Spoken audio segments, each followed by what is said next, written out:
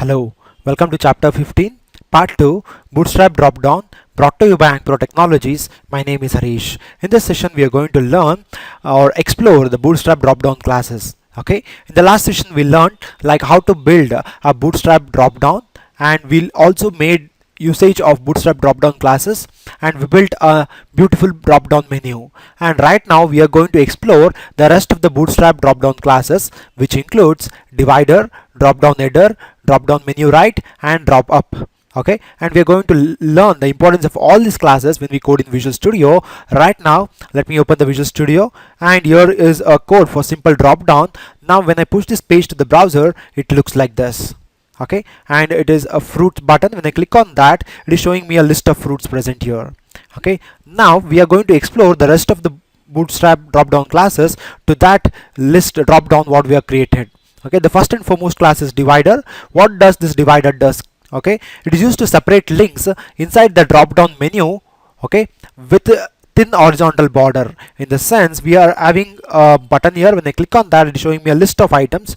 Now if I want a thin horizontal line between each of these item, then what I have to do is I have to make use of that divider class. How do I do that? It's very simple. Now first let me show you to any one of. Okay, now after the three fruits, I'm going to add a thin horizontal line. It looks like this. The class is divider. Sorry, it's divider, not disabled. It's a divider. When I add this divider class, what happens? Okay, it's going to provide me a thin horizontal line between these three fruits and these three fruits. Now let me go back and let me refresh. Now when I open this, when I click on this button, okay, it's going to give me a thin horizontal line between the first three fruits and the last three fruits. And that's what the advantage of using this divider class. And coming to the second class, that is dropdown-header. Why do I need this dropdown-header? Okay, it is used to add headers inside the dropdown menu. Okay, now I'm having a drop down menu, and inside this drop down menu I'm having 6 fruits. Okay, now I'm going to add a heading like the first 3 fruits will be of seasonal fruits and the last 3 fruits of unseasonal fruits. How do I get that type of header? With the help of these drop down header class. Now let me go and code for that. What I'll do is let me add one list tag. To that list tag, let me add a class called drop down header, and I'll name that header as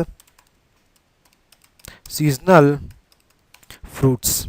And let me copy this and let me paste after this header, and I'll name it as unseasonal fruits. Okay, now let me remove this divider class. Let me come back, Control S, and let me refresh this page. Let me see how the header is going to look. Okay, see, we have two headings, like first 3 fruits is of seasonal fruits, which come under this heading, and these 3 fruits come under this heading, that is unseasonal fruits. Okay, and you can observe that content is at the center and it is colored gray. Okay, that's what the advantage of using this drop down header class. It is used to add headers inside the drop down menu. Okay, now coming to the next one, that is drop down menu right. Okay, it is used to right align the drop down. In the sense, currently when I press F5 and when I click on this button, the menu is coming below it. Okay, now if I want this drop down menu to come to the right, okay, how do I do that? It's very simple. To this UL class drop down menu, we have to add another class called dropdown-menu-right. Control S, and coming back to my web page, when I press F5 and when I click on this button, you observe the change. The list is going to move to the right side. Okay, it's coming here. Understood? That's what the advantage of using this drop down menu right. And we also have the other class, that is drop down menu left.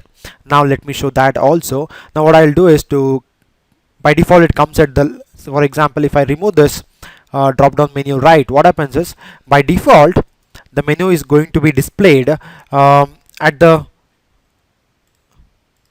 left itself. Now what I'll do is I'll move this button to the center, then I'll add the that class, that is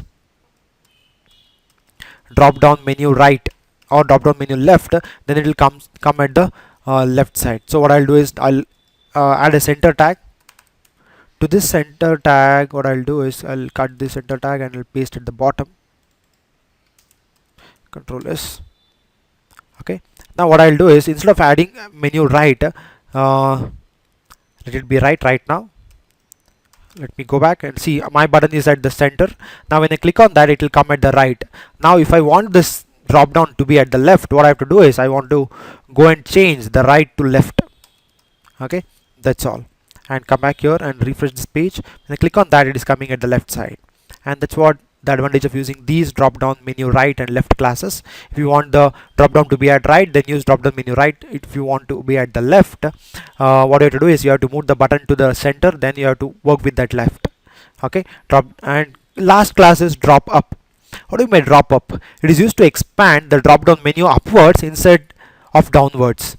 In the sense, now let me come here and let me remove this drop down and the center tag, and this drop down menu right also. Control S. Okay, now when I come here and when I press refresh 5, okay, now when I click on this drop down menu, by default it is displaying below that button the list of items. The menu, it is displaying below this button. Now I want this drop down menu to come over this, in the sense above this button. Okay, how do I do that? We have to use this drop up class. It is used to expand the drop down menu upwards instead of downwards. Okay, in order to do that, what I have to do is first I have to bring this button at the bottom, like at the center, then I have to work with that. So what I'll do is first let me add a class. Instead of drop down, to this div I have to add like drop up. Okay, drop up, Control S, and come back, refresh this page. You can observe this caret class, okay, this triangle, now it's pointing upwards. In the sense, when I click on that, the list is coming upwards. Now if I want to see that very clearly, I have to move this button down. So what I'll do is, to this button I'll write some external style inside it right now here itself, like style.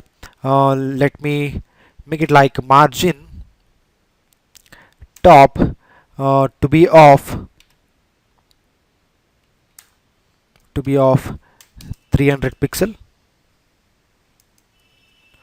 Okay, margin top to be of 300 pixel.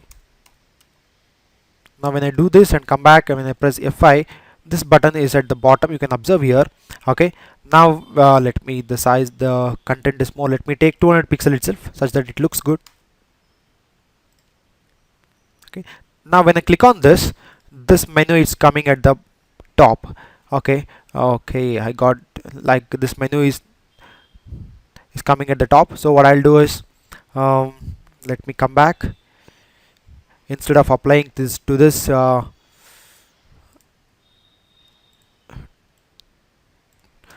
button, let me add to this drop up class itself. Let me write the styles here, Control V. Okay, when I click on this, you can observe, okay, the button, when I click on that, by default it is showing the drop down menu at the bottom. Now we are used the class drop up. Okay, when I use the class drop up, what happens is it shows the menu at the top, not at the bottom.